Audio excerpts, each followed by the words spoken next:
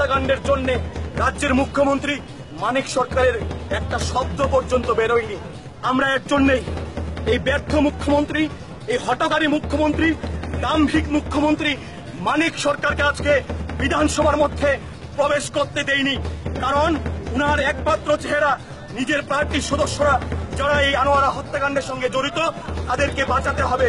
যেই ডক্টররা আজকে হত্যাকাণ্ডের সঙ্গে জড়িত তাদেরকে বাঁচাতে হবে।